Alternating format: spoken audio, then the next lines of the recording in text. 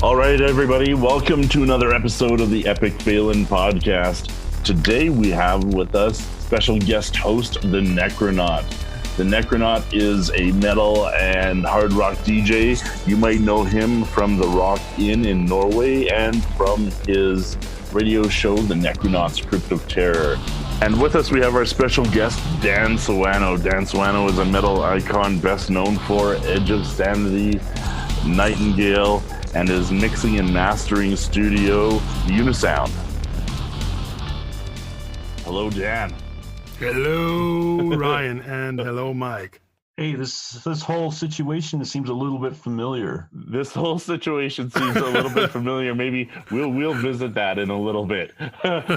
So if the audience is listening, what happened is we got going on this podcast episode, and about 20 to 30 minutes into it, Ryan Epic Phelan found out that he wasn't recording it. So we're back at square one here. You know what? I think that's a perfect time for you to ask the question that you wanted to ask about if Dan ever made an epic fail. Okay, all right, Dan, have you ever had an epic fail when it comes to either mixing or mastering or any of your musical ventures?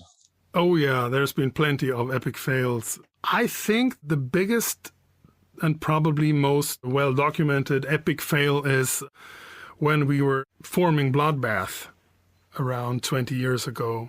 I invited Anders and Jonas from Katatonia down, and they brought Mike from Opeth with them. And I had this day job at the time where I was kind of in charge of studio equipment and stuff like that. And when the new game changer came on the market, it was kind of my job to learn that thing and sell it, you know. So I brought it on myself to bring it down to my little studio that I had after I closed Unisound. It was called the Sanctuary. And this piece of machinery was called the VS 1680 from Roland. And it was the top dog in this kind of recording digital thing, all included in the same box. And yeah, we had a great time. We wrote and recorded 2 songs, and I made like a rough mix on cassette. And, you know, we had some fun. And then the guys went home, and I said, okay, I will mix this stuff, and I will send you this when I'm ready. And they were like, oh, cool, had a great time, blah, blah, blah.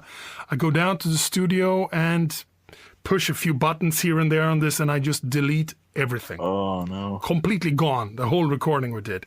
The only existing thing, those pretty okay sounding, but still it's a fucking cassette rough mix, you know. Yeah, it was just gone. I did too many undos or whatever, and you cannot redo on this machine like you can on a computer now. So once you undid something, it was gone. It was like pushing like format C:, you know. And that was just like such an epic fail because it was almost the end of Bloodbath right then and there before anything really happened, you know. But I felt that was actually a pretty cool 2-song thing we did, and it might be, you know, that we could re-record them. So I did not buy that piece of gear. I did, however, recommend it to a lot of people, but I never bought it myself. And I told them to stay away from the undo button. Yeah, we recorded on another format, and, you know, the rest is history with Bloodbath. All right, on. That's a massive, epic fail, really, you know. that would be a massive epic fail. So I don't feel as bad now. I don't feel as bad now. No, I actually there have been times when there have been like when you were recording and stuff that you accidentally deleted something or you did some other stupid shit. A lot of that kind of, you know, hard drives breaking and that kind of shit. But yeah, that it's never fun when it happens, but in this case, I had no problem. I like talking about myself. Nice. So you've mentioned Bloodbath, some other projects that you've been involved in, again, Edge of Sanity. What got you going into that heavier style of music?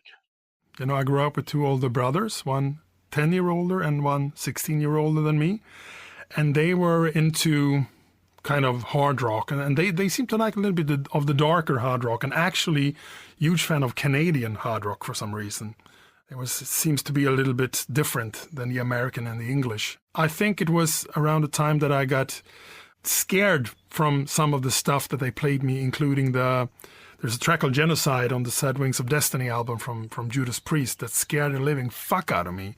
There's like a sequence where like, sin after sin I have endured, like with a really evil voice, and I was so scared of this, but I was drawn to the darkness of that record. I mean, the album cover, the pictures on the back, the whole vibe was like a scary movie, but music.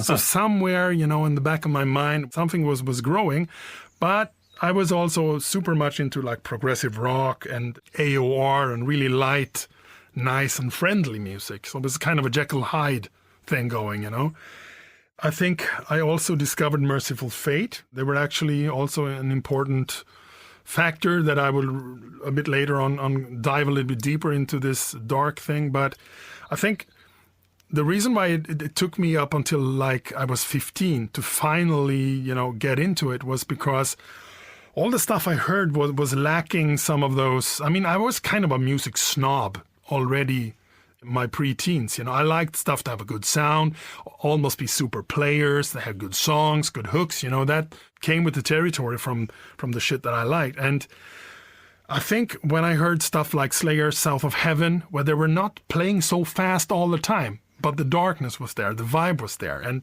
the drums were so good, and I met then a guy called Mikael Bolin, who was playing in a local band called Attention, and together we would later on form a band called Brain Dead, and we would just secretly sneak down to the rehearsal room of Unicorn, and I would play drums, and he would play kind of a thrash metal rhythm guitar.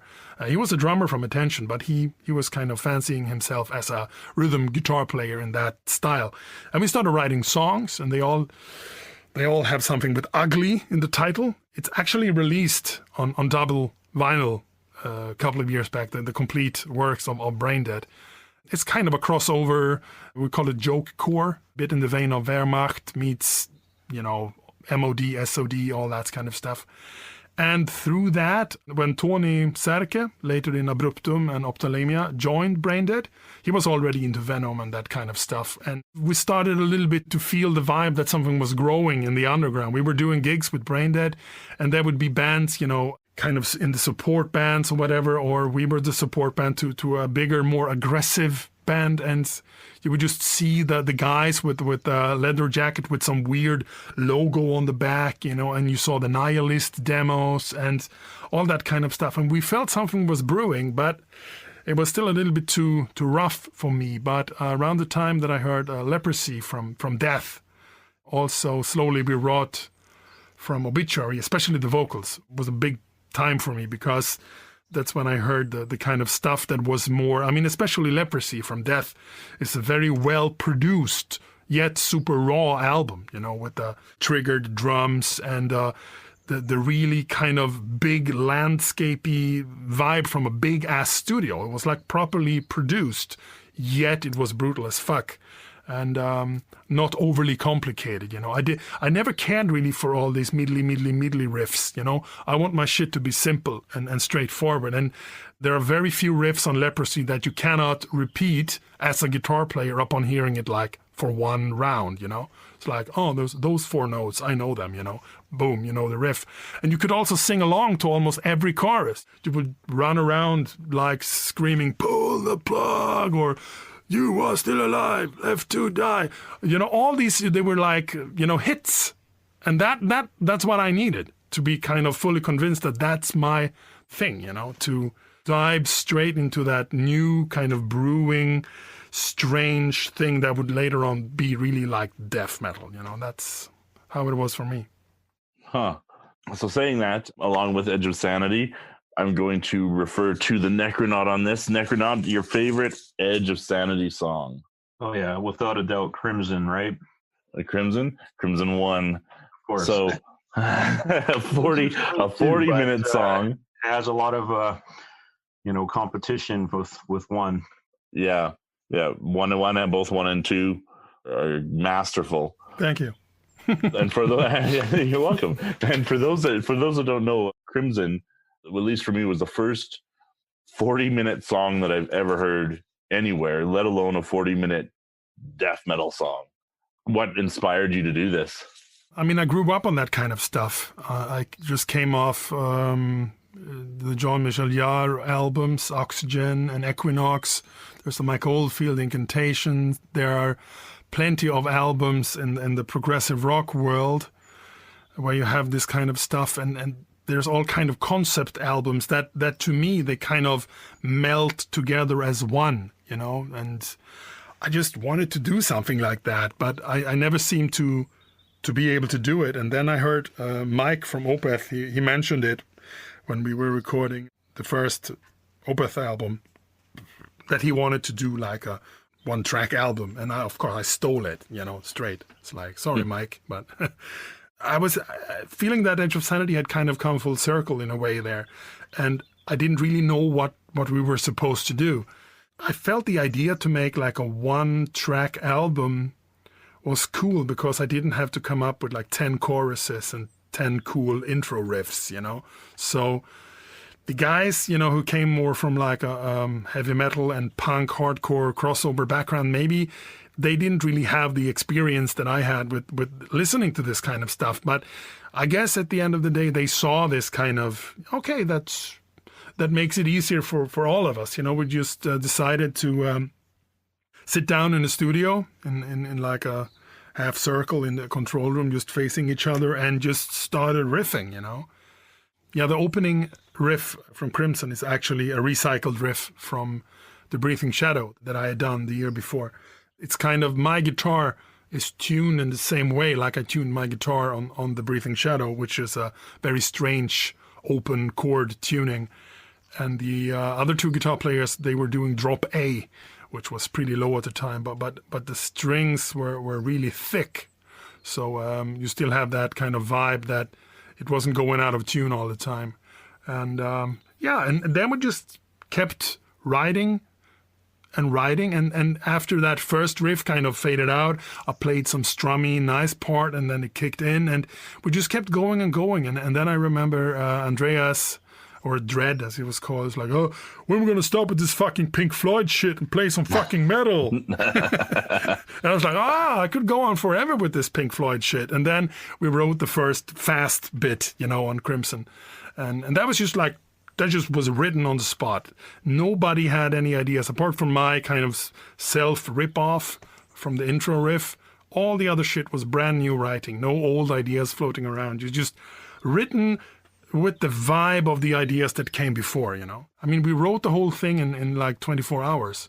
It was so... Oh, really? Yeah, it was amazing. And we recorded it extremely fast as well. And what took the longest time was, I think writing the lyrics took more time than writing the music. And also the mix took like fucking forever because it was still on analog tape. And not really easy at all to get it to make sense, you know. And vocal recordings were rough because there was a lot of clean stuff on there also, and a lot of growlings, and even back then I had like physical problems after growling, you know. I had to wait for a long time before my throat was back in action to do the cleans, and sometimes you didn't plan, oh shit, I forgot to do those cleans, and you had to wait a week. Was chaos. And but it turned out pretty cool in the end, you know. It's so one of those records that when you presented the idea to the label, they were just like, oh, okay. And they had a problem because it turned out to be in the singles department, what you say, of the record shop. You know, you have the EPs and the 7-inch. Well, there's just one song on this one. Let's put it over here, you know, together with the latest Wham single or whatever. It's like, oh, fuck, you know.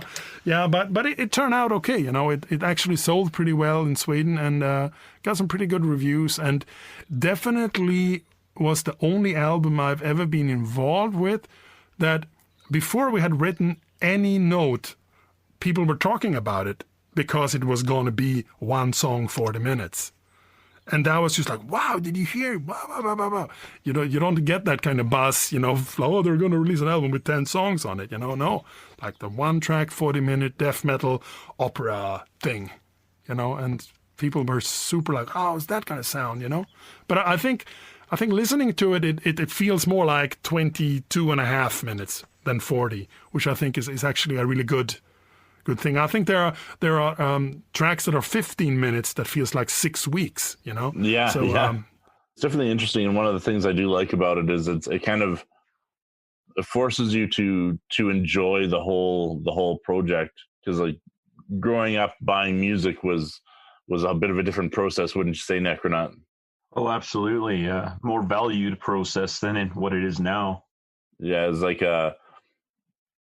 more along the lines of you go out, you buy, you know, whether it's the vinyl or the CD, and you have the artwork that you could admire, and you can sit and kind of really absorb the whole thing. You read the lyrics as it's going and check out to see who, you know, any special guests are, or who's on what instruments, and it was just a whole different process as to what it is now, I find. It's a dying art, definitely. And it's a bit sad, because I liked the old days, you know, when it was an adventure with the whole thing. But I guess, I don't know if the kids feel the same. Maybe it's like, wow, cool, the song is now on Spotify, woohoo, and they have their...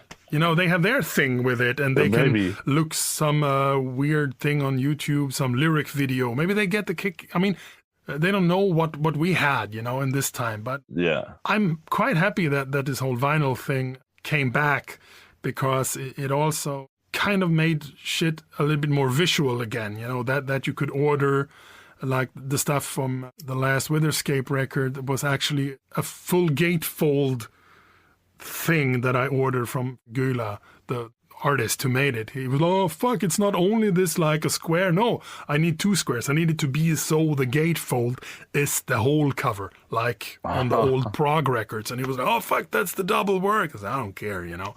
I need that, you know. You didn't do that. I mean, you put some other crappy stuff on the flip side of the booklet, or on the back. You took some piece of the album cover, you know. So this thing came back, that there's this visual thing. I want this to be back, and the front should all join together. And this kind of stuff came back a little bit, you know. Also, what's inside the gatefold if you have one, and the whole layout thing, and not to mention all the different colors of vinyl. It's like 600 different fucking colors on the new release. It's like 6 in pink and 11 in blue and whatever. And then they're sold out, and everyone needs to buy all of them, you know? But... Yeah. Yeah, absolutely. Speak of that vinyl, right? You actually specifically master vinyl versus the CD. Yeah, I have this process since... Not exactly sure when it happened. I mean, I kind of joined in on the whole Loudness War thing. And I decided, you know, to be the loudest CD making guy in the world. And I actually got some shit pretty loud without it really sounding terrible. It sounded actually pretty good. But I got fan mail from some mastering guys asking, how the fuck you get it so loud and it still sounds so good? Yeah, because you just mixed it loud. You didn't really master it. You just slammed shit, you know, and that was it, you know, and the clients were still like, louder. I was like, oh fuck, you know, it's maxed out, you know, it's twice as loud as any album from the 80s. But yeah, and then I got some kind of complaints from other music lovers, like, yeah, this stuff sounds like shit, you know, it's too limited, there's no dynamics, blah blah blah. Then I started thinking that, okay, maybe it's time to go back to basics, how I did stuff in the 90s, when you still mixed down to a DAT machine. You made the best mix you could. You were not thinking about this shit Loudness War stuff to adapt the music to be as loud as other albums. You just make the best mix you can, and that one goes on a vinyl.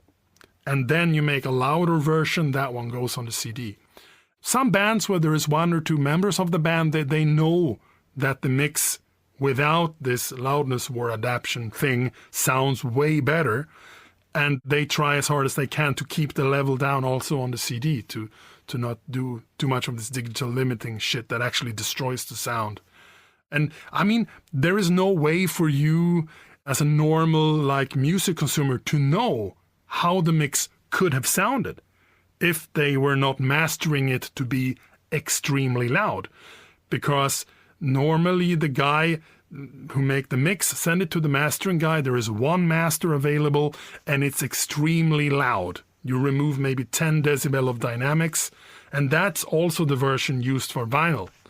But in my case, I use actually the mix that sounds the best, and it's 24-bit, and it could be sometimes, like 96 kilohertz or 48 or whatever, and that one goes on the vinyl.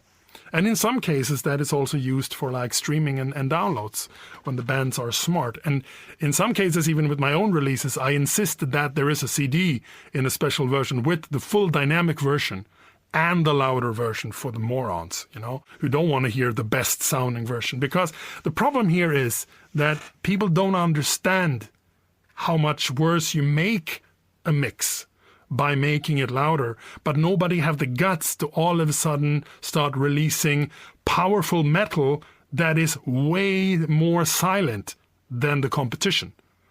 It's like gonna come off as extremely powerless because volume is a very strong thing, but it's like you need to raise awareness, but we have bigger problems in the world at the moment than the Loudness War, so. Well, yeah, one or two. How is everything where you're at? We're lucky to be in Germany, where I live since 2012, and we caught the warning signs pretty early here, and made sure that people kept their distance, and this whole home quarantine and all that stuff. And we are at 0.7 in this kind of. There's a rate that should not be more than 1. We're good. We're keeping it, and they're slowly opening some stuff around here, trying to let people into IKEA, and then there's like a 2-hour line on the highway only to get into IKEA because they let in like 500 people at a time, and they need to keep the distance, Oh, wow. It's a really strange thing, to actually walk into a bank wearing a face mask and sunglasses. And that's like, everyone's like, yeah, you're doing it the right way. You feel like Kiss in 1980, when they still had the makeup on. Yeah, you go shopping and it feels weird. My wife, she's a nurse, and she's really in on the whole thing. Like, you wash your hands or wear your face mask and keep the distance. She's constantly, making sure that when we're out walking or whatever, she like, people should keep their distance. And she knows how this kind of virus shit really works. And this one is extremely, how do you call it, infectious or whatever. It's like really easy to spread compared to some other shit. And yeah, and Sweden, my native country, they were a bit late, too soft on the whole thing. And I guess parts of America is really nasty too. I don't know I think Canada was actually pretty cool also with this thing, right?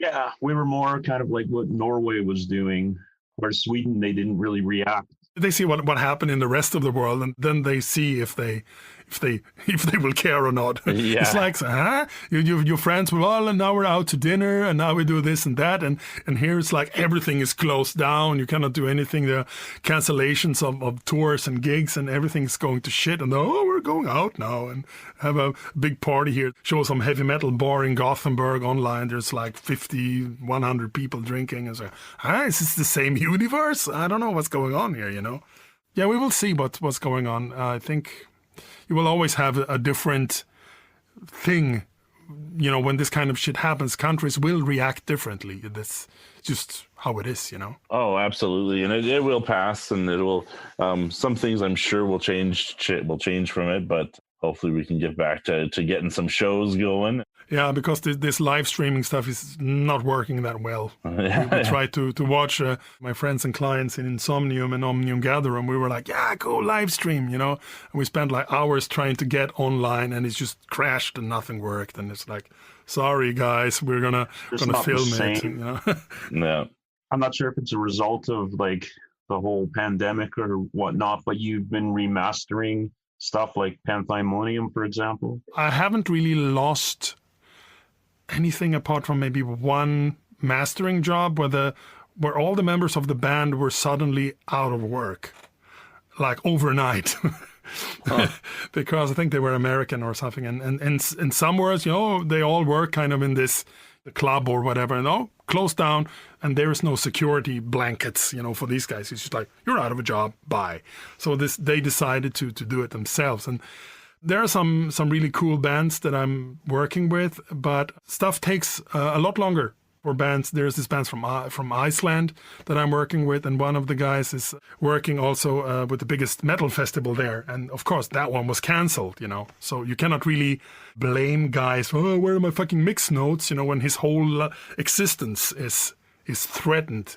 And there are some other, like one band cannot record the vocals because they're like drives away. It means they actually have to break out of this quarantine thing. It's all a little bit weird. So it's important to keep my shops up. I need to work all the time, and I love to work. So I just kind of see what I've been going through a tape transfer period.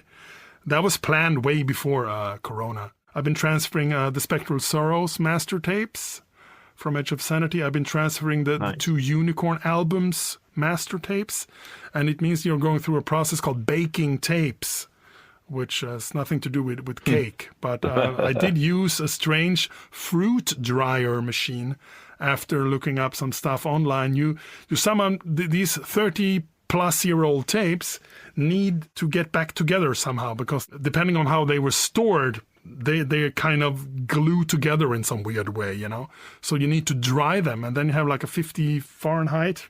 I'm not sure if it's that. I'm pretty dodgy with the Fahrenheit, but it worked, You put them in this little oven thing, and it's on for like 8 hours. They shed a lot of magnetic stuff, and you have to clean the tape heads and all that shit. And I have an old Atari computer hooked up for all the MIDI stuff from the early 90s, and I've been transferring all that shit in 24-bit 96 kilohertz for a rainy day, before all these machines are gone. I mean, I'm lucky to have found the same type of machine that I recorded the stuff on in top condition, with fully working playback heads, and it was dirty as fuck. But after I clean it with like almost 100% alcohol and really scrub the fuck out of that machine, it played back like it's new, So it's really cool. And before that, I transferred all the old 4-track cassette things, because I found a mint condition 4-track Yamaha machine that I didn't really know existed, which is like the even super cooler version of the one I used to record this shit in 1990 and 89 and so. And I transfer all that stuff also in 24-bit 96 kilohertz for a rainy day. And every now and then I just get the vibe, And I think, fuck, let's remix the Dawn demo today. And I did. And then we put it out on Bandcamp, and it's been selling steady, And it's also on Spotify and this and that. Yeah, it's an anniversary, It was made in 1990, so why not? I mean, it's a good way to get your shops up, and you have to go through some serious audio restoration stuff, and you try new plugins, you try new ways to deal with old problems such as tape noise and really crappy recordings, basically, But it ends up sounding pretty good. No, that's awesome that you're keeping busy, and I follow you quite a bit here on the social media, and I see that you're doing a lot with Unisound and a lot with Swanö merch. Yeah, Swanö merch is definitely, we adapted to this kind of on-demand stuff that a lot of other people did, and that was also in a good time to do it, because it means we actually print the stuff when it's ordered, and if it's only 1 or 2 guys who want that strange old shirt, then they're made, They cost, I don't know, 4 or 5 euros more than a traditional screen print shirt, but this digital print looks amazing, and it's got so much detail, and you can do the most crazy ass original stuff without thinking, it's this 9 colors, and, it's just like print the stuff, and it's all on top quality shirts by the best printers in Germany, and it's running really well. And we have more than 50 designs that people can just anytime, okay, I want that old Pan.Thy.Monium album cover and that Edge of Sanity thing, and just order it, and we will ship it within at this point, it's a bit of a nightmare because some countries have closed for mailing. But ironically, the guys from these countries are ordering more than ever, So the Americans and the Australians, they just keep ordering stuff, and we say, sorry, we cannot ship this until your government say we can get mail. So we don't care, we want to support. And yeah, it's really cool. I mean, some of these... Canada's still accepting but it. Some of these shirts, I've dreamt my whole career to have that shirt available for like the 6 people in the world I know like that record or that thing. And finally they can have it, you know. And in the past I always like, when will you do that Pan.Thy.Monium shirt again? I say, never will 50 people, which is the minimum order for screen print, ever order blue shirt with a fucking pink print of a monster made by a 4-year-old. But now you can, you know. And they're like, yeah, I waited my whole life for this. Like, wow, it's so cool, with an Until Eternity Ends shirt or whatever that I think is like the ugliest thing ever. And that's one of the best sellers. And I'm like, okay, fine, you know. So yeah, I think it might have put in order for the Breathing Shadow. Breathing Shadow shirt is there, the Closing Chronicles shirt, the Eye shirt, Alive Again shirt, Invisible shirt, Nightfall Overture shirt, Retribution shirt, White Darkness shirt, you know, it's all there, you know. And it was so cool to do all that, the kind of prep work from Photoshop and all that stuff. That kept me also busy. And it's actually my wife. She is the main force behind Swanö merch, because I was so not into this when we started, I think like 6 years ago, whatever, because I knew it would be a hassle to get all the originals, because I don't want to take a CD, put it in a scanner and make a shirt out of it. So I'm like, I need a scan from the original painting or nothing, you know?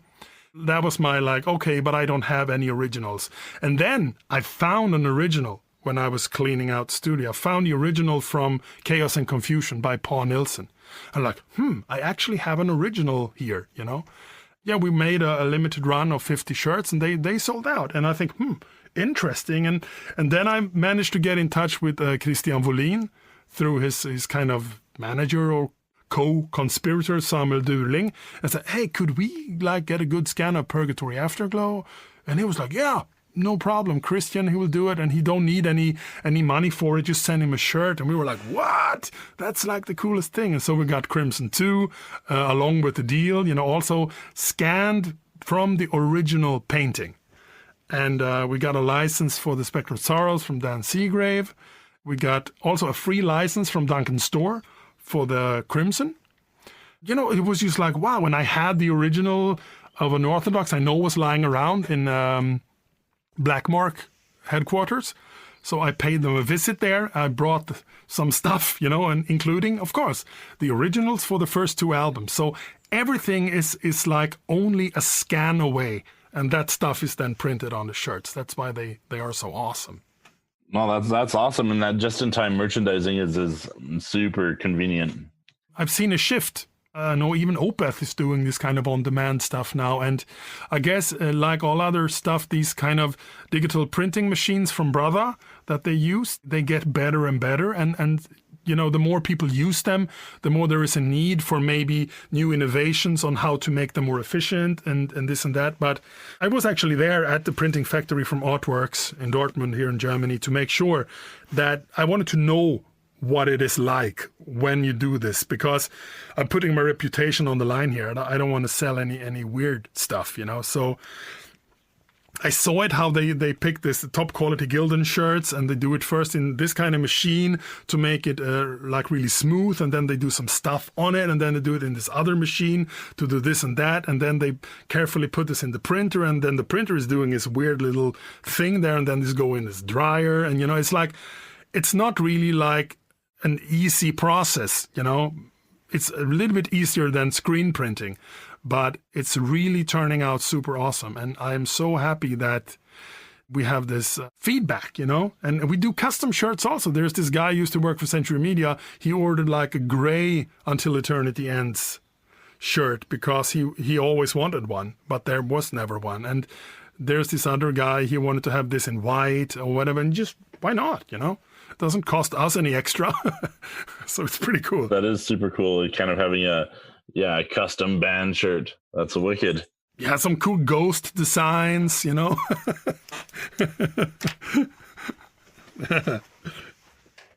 Oh, we were just inquiring about the beginning of Ghost, and that's kind of where you got your start with your music career, right? Yeah, Ghost. My first band was called Fords, which is named after the auto brand, together with my two older brothers. And there's some stuff that we recorded there that also actually ended up on a Nightingale record. So I like recycling music. But my first proper band that actually did stuff like demos and concerts, and that was Ghost. And we started at the end of '83. I think it was yesterday. It was 35 years ago since we played the first real big show that we did. We did, like, the premiere was a couple of months earlier in front of like 15 friends in the place that later became the first incarnation of Unisound in Finspång. It was my brother's rehearsal room at the time.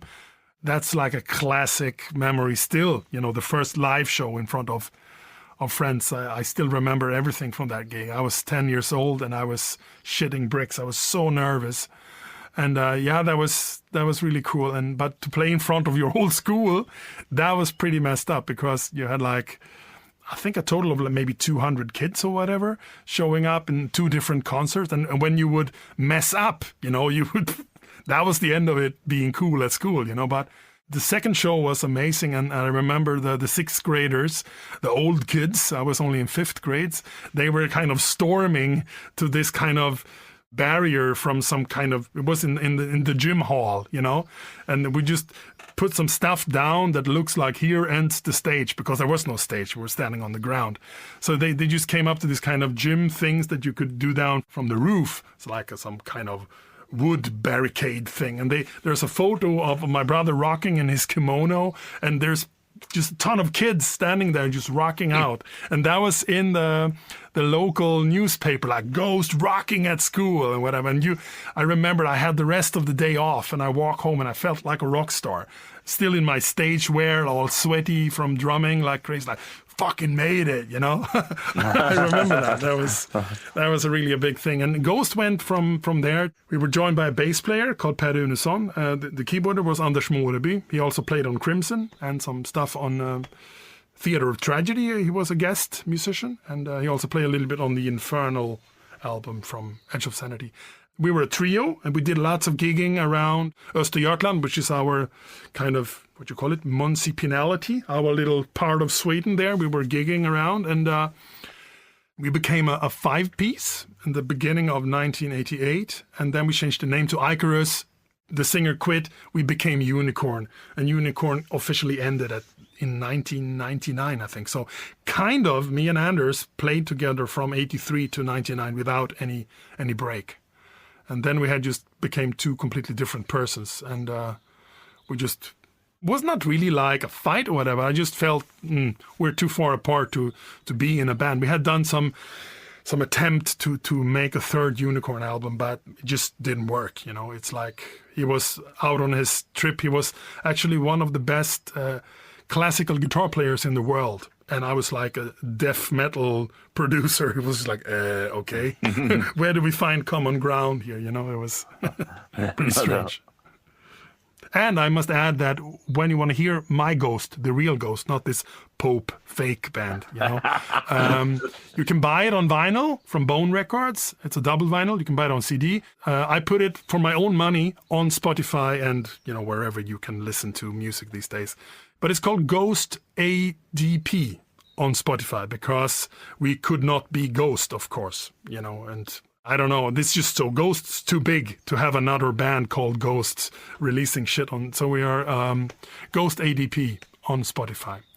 And there you can listen to some shit that is not on the double vinyl. Some Spotify exclusive stuff. Oh, nice. Nice. Exclusives are always good. With that, you've worked with so many other bands, like not only, being quite successful with Edge of Sanity and Nightingale and Unicorn. You've worked with, Katatonia to Dissection, Therion. It's just the list is seemingly endless. What are some of your experiences with some of these bands, and what's maybe like something that you really enjoy listening to still to this day?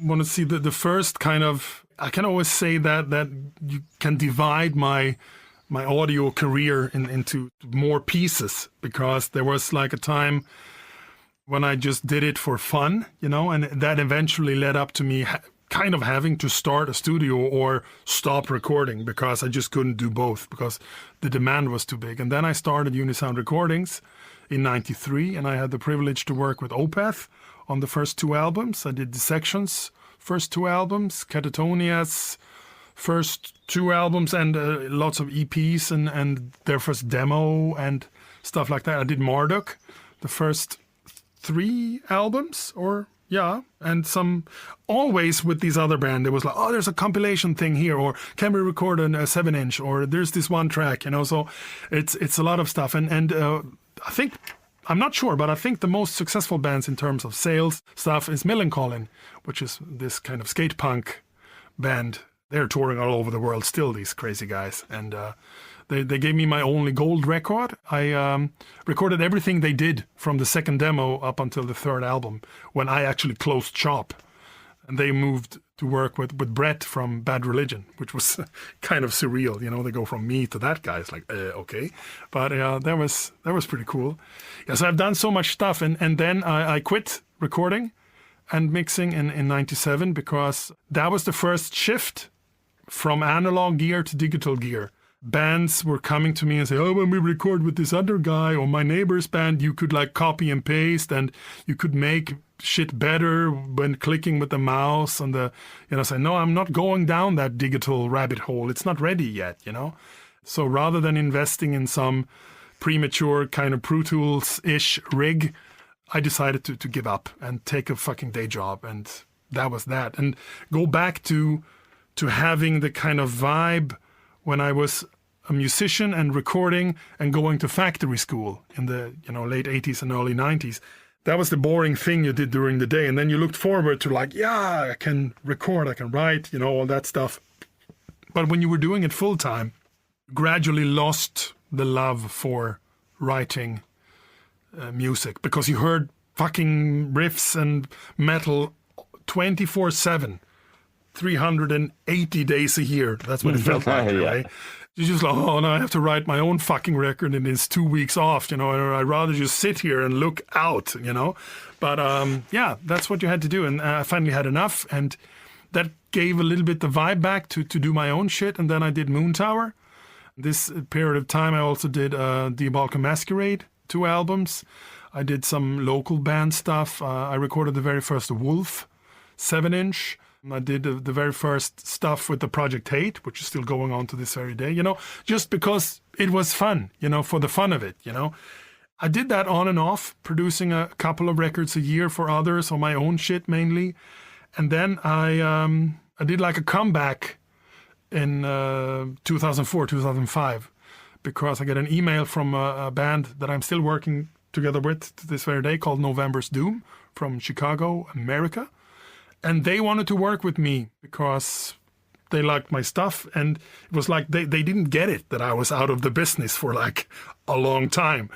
And they were pretty persistent, no, we want you to work on it. We love your stuff. And I said, oh, why not? Let's try this. Let's just mix. And over the internet, we send emails. I send you MP3 files. And, you listen in your home stereos and you tell me what to change. And I do it because I saw the whole computer recording thing from the inside, working in a music shop, being, the studio sales guy, I saw the first Macs that you could actually record audio on. And I know in the previous interview we did, that only happened in the Twilight Zone.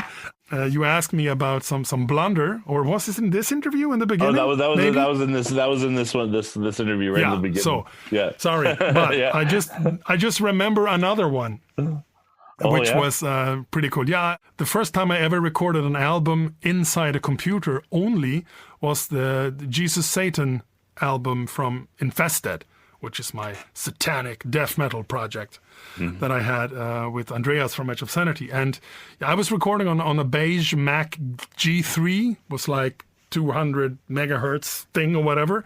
And also there, I managed to delete the whole album without any backups.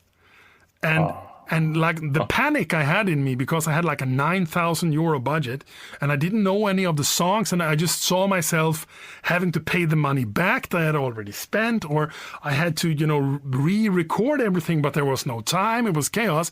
And then I remember this customer I had who was like a Apple Mac specialist, and there was like one in Sweden, because Apple Mac that was like before the iMac thing, Yeah. I remember going to his house and he helped me unthrash the thrash can to get all the files back. And that costed me a lot of money because it was super expensive. But I remember it being in panic, just taking the computer, going in a taxi, go to his home. Hi, it's me. You have to help me. Fuck. I just deleted an album worth of music and I don't know how to get the shit back. I still remember the panic. It was terrible. But he, with some fancy software, and because I hadn't done anything else, that was, he could dive down into the thrash can and just kind of undelete all the weird files there, and eventually it all just fell into place, and I could mix the album, and that was that. That was super scary, because that was not such an easy fix as the Bloodbath, that was let's come back and re-record it and write another song and get a good record deal and boom, but that was a really nasty moment in time. And since then, I don't know, I have like 1,800 backups of everything everywhere, because I learned the hard way not to empty the trash can of your computer without knowing what the fuck you're doing. Oh man. I'd be in total panic mode. A lot of people that I interview with Epic Phelan are independent business people, or have their own thing going on. They may be a startup. Seeing as how you've seen quite a bit of success, like what would you say is like one of the biggest things to apply to get you to where you're going, or to keep you successful, or what would you say is kind of the secret sauce that got Dan Swanö to where he's at? Well, it's been a long pretty bumpy ride, but I think what I've done, especially since my kind of reboot in 2004, is that I kind of swore an oath to never leave a customer unsatisfied, and always make sure, because I felt actually that all the demos and all the records I did up until I quit in 97, they all had some major flaws. I heard them, and I knew the band heard them, and they kept coming back. I kept getting jobs, but I just never felt like they became as good as they could have been, because there was just no time. You had to mix it in a day or two, and then the next band showed up the next day, and that was that. No time to remix. There was no easy format. Then my friend will remix it because he would need then my gear. You know what I mean? So the only kind of business card you should leave is a perfect mix, because when the band is super happy, they will mention this. They will talk about you. It will be a positive vibe. And I remember just a couple of weeks after doing the November's Doom album, I got another band to mix from Chicago. I was like, wow, this seems to be working, that idea that you should make sure that the band is super happy, even if it doesn't really mean that you are super happy, they are super happy. That's the most important thing. Just leave your ego out of it.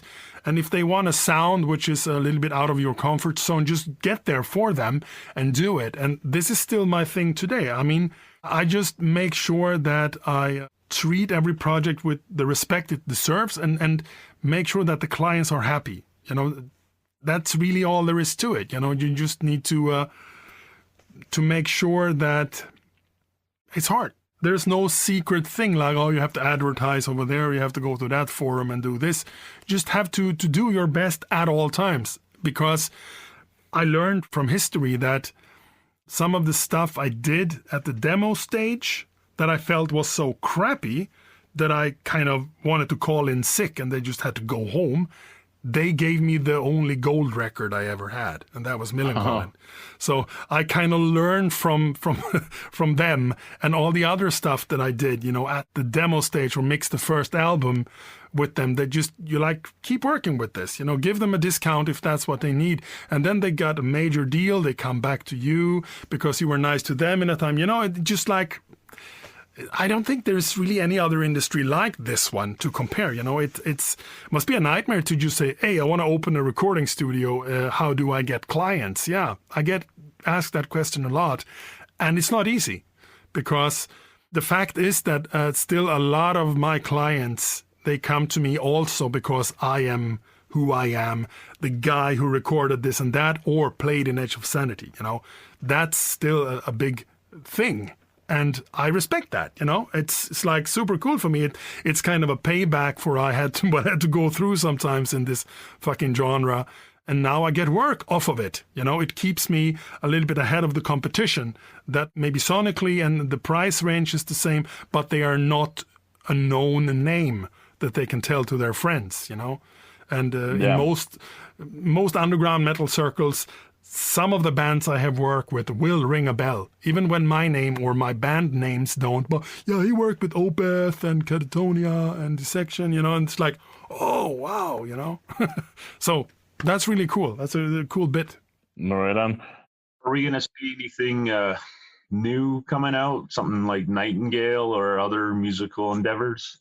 No, I am actually in one of those kind of...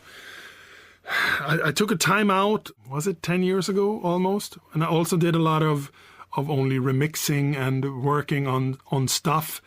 And then I did the Retribution album, the first Witherscape and the second Witherscape and the Witherscape EP. And I just completely burnt myself out as a musician and fucked my throat up a little bit by doing too much growling in too short of a time. And I'm still suffering from that kind of vocal vibe, you know. So I decided that I will take a time out from being a musician and let that kind of come back organically when the time is right, and just completely focusing on my audio career, mixing and mastering, and also doing all that other shit like restoring, transferring tapes, you know. And I'm not super inspired by the way the world works also with you have to go touring again if you want to do some sales, you know. It was more inspiring in the 90s to put together projects and release them, because, it was another vibe.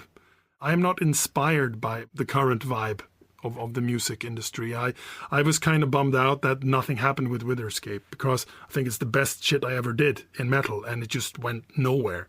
Ended up on it's like, I do my fucking best here, and what do I need to do to get it to the level where people even know that this stuff exists? Yeah, you have to do the full machine. You have to go touring, you know. It's no excuse that, hey, but it's me releasing some stuff, you know.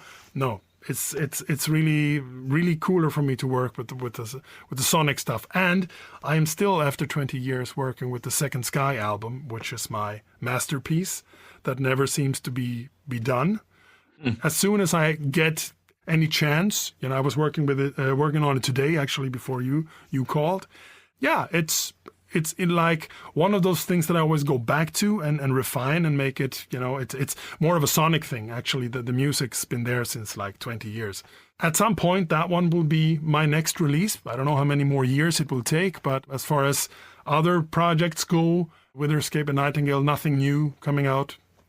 Maybe some remix or whatever, that kind of stuff, but no new music. It's enough out there, you know. They don't need my uninspired B-sides.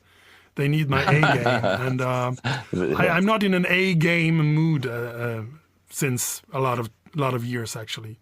But that was the state I was in before I put the material together for Retribution and the Witherscape albums, and those turn out pretty cool.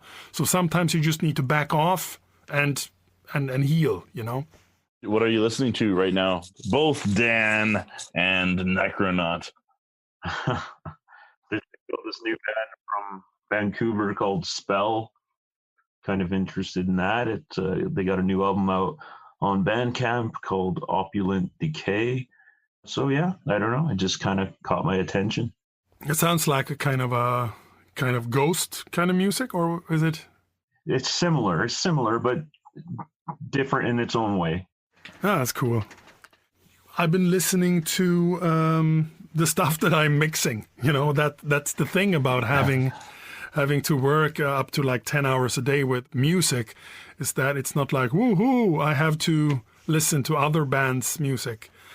But I have been, is there such a thing as passive listening?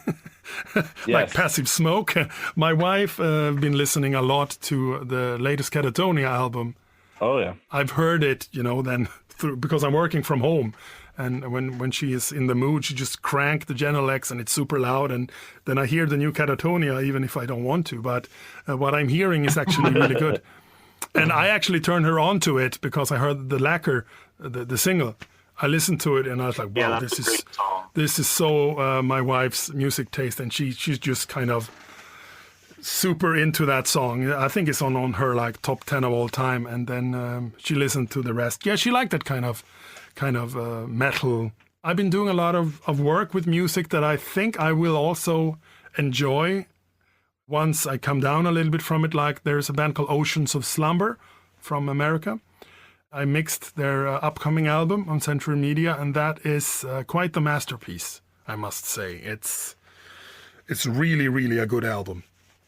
I don't know if you've heard them or heard of them. I'll have to check them out for sure. They have the potential to go all the way and be like super big. There's some stuff on that album that could actually cross over into being like a really like Evanescence hit thing, because there's an excellent female vocalist and there's a super good growling guy, super competent musicianship all around, and they have Sony in their back through Century Media.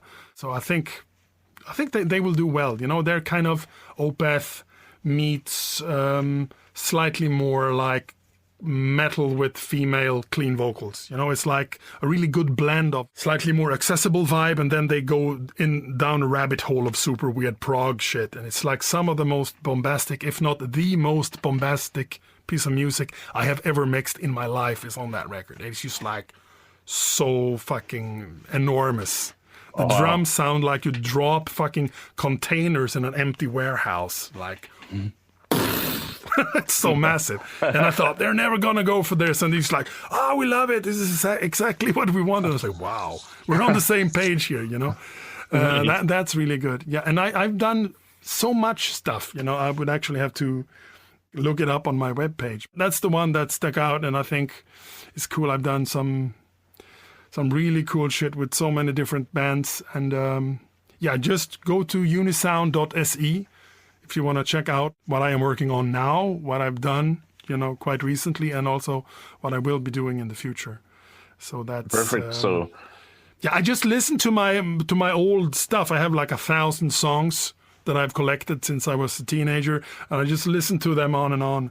I actually listen to podcasts rather than music these days, and I listen a lot to so it's something called URM, Unstoppable Recording Machine. It's really a super cool podcast about, I was a guest there too, talking to him like I do now about stuff, but it's more from like a recording, mixing, talking about how to make it in the industry, and he interviewed all kinds of cool people that worked on really cool albums, and Jens Bogren have been there, Daniel Bergstrand, Fredrik Nordström, all these kind of cool Swedish guys and also American dudes. You had all kinds of guys, cover artists, you have managers, you have industry personnel. It's really, really good, and I'm a super fan. And I also listen to a Kiss podcast called Alex Room Service, which is in Swedish. But this guy's so nerdy. I just love it. He can talk like for an hour about like one song on a Kiss record. And I'm just like fanboying the whole episode through. Like, yeah, that's so cool that he noticed this little weird thing too. And that after the chorus, it's like, it's like, wow. And this guy has thousands and thousands of listeners. And it's a super nerdy Kiss podcast. It's super. No, that's awesome. That's awesome. So unisound.se to check out the projects that you're working on. And for Swanö merch, how can people follow you there? Yeah, it's swanömerch.com. You can find us on Instagram, Swanö merch, and Facebook, Swanö merch. I guess the easiest way is just to Google SWANOMERCH.com, and we will pop up there in Google or Bing or whatever you're using. Maybe Alta Vista or Netscape. Yeah, well. Right on. Well, thank you so much, Dan. It was amazing. And thank you, Necronaut, for co-hosting with me today. Oh, my pleasure. Yeah. Let's maybe have you on again at some point. And until next time, stay epic. Thanks again for listening to Epic Phelan. If you like what you hear, be sure to subscribe, give me a 5-star rating on Apple Podcasts, follow me on Facebook, Instagram, and Twitter at RealRyanPhelan, and visit my website at thecalgaryrealestateguy.com. Until next time, stay epic.